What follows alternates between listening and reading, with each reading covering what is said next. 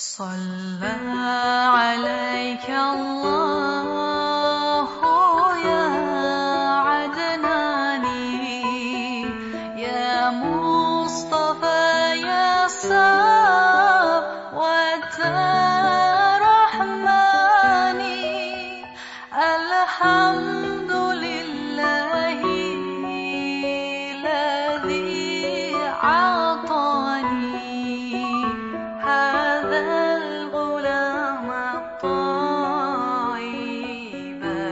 الأرداني،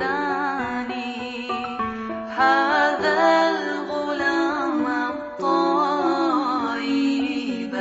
الأرداني. قد ساد في المهدي على الغلمان، أعيذه بالبيت ذي الأركان، حتى راه بالغ البنيان. أنت الذي سميت في القرآن